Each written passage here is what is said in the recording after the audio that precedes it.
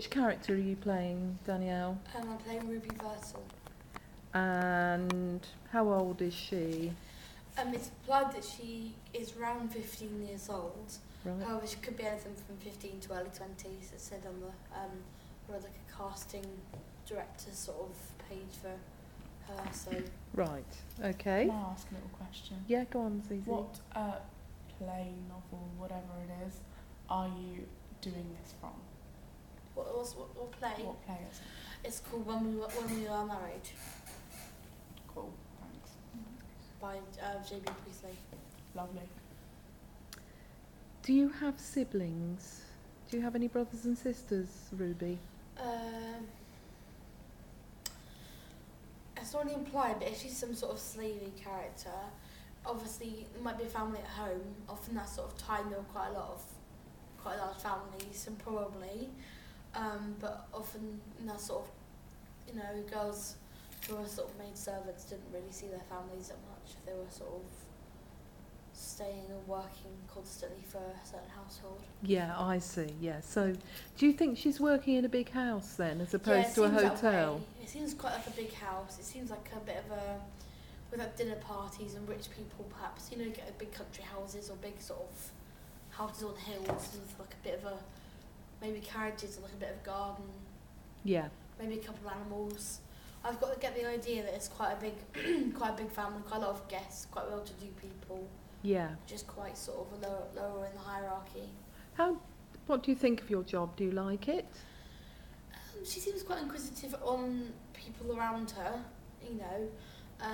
she seems a bit cheeky at times, but she's a bit innocent, and I think she doesn't like being rushed off her feet constantly and being do this, do that, do this, do that, but I think she likes sort of watching them and sort of, peeking at them, at people who perhaps are richer than her and people around her. Can I hit you with a question? Yeah, go on. Oh, sorry, Lauren, you go first. Go on. Where do you come from? Where do you live? I come from Rotherham in Yorkshire. Can I throw in the cheeky Callum question, please? 3 words to describe your character. She's kind of quite cheeky. She's inquisitive, and she's quite awed by things around her. Like when she was describing all the food. Like awestruck. Yeah, all the types of food that she was talking about, all these cakes and pies and breads, was almost like they're almost like they've been starved. So almost she's probably not someone from a very rich background. She's probably from quite a poor sort of family on the Dales, Yorkshire Dales and that sort of area, needing to get money. She's probably not eating these sort of banquets people. That big house would eat. That's probably why she's talking about it, because it's sort of like, you'd have thought that they hadn't had anything in months, the way they had so much food and splendour. Yes. It's just quite shocked to the world. What era is your play set in? The first play of it, or sort of dramatisation that I could find out about was right at the end of the 1930s. So I sort of get the impression it's sort of late Victorian, early sort of Edwardian sort of times, like the 1920s. It could be anything from right at the end of the 19th century to 1920s time. It's quite old-fashioned in that sense. Yeah. Yeah, I think you're right, actually. You could always do some research into J.B. Priestley and find out their dates. So your actual scenario is in the dining room of a big house, is it? Or whereabouts are you?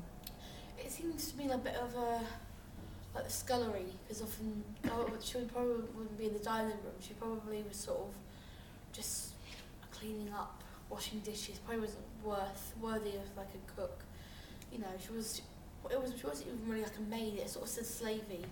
She was a bit of a skiv, doing all the odd jobs and finding people for people, and passing messages and just being on call for people. So she probably was back in, servants' quarters or in the scullery, or she might have gone out to the main hall to meet a guest. So she's so she wouldn't be in the main centre of places. She's probably out back doing her own thing, carrying out her job, or probably sneakily, because it implies she's talking to somebody else in the monologue.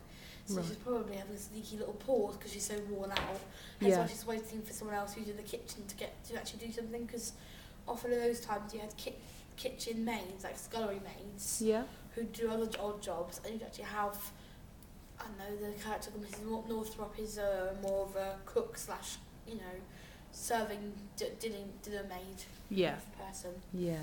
Yeah. How did you arrive, just out of interest, how did you arrive at the dialect?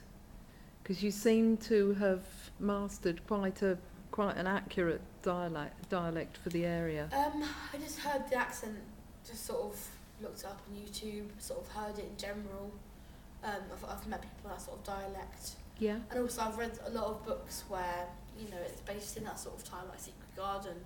Yeah. She goes to more Yorkshire area, and there's a servant in exactly the same sort of position in that sort of book. So, you know, just sort of listening around really. Right. Okay. I think I've got quite a good sense of your character now, Danielle. Thank you. Thank you.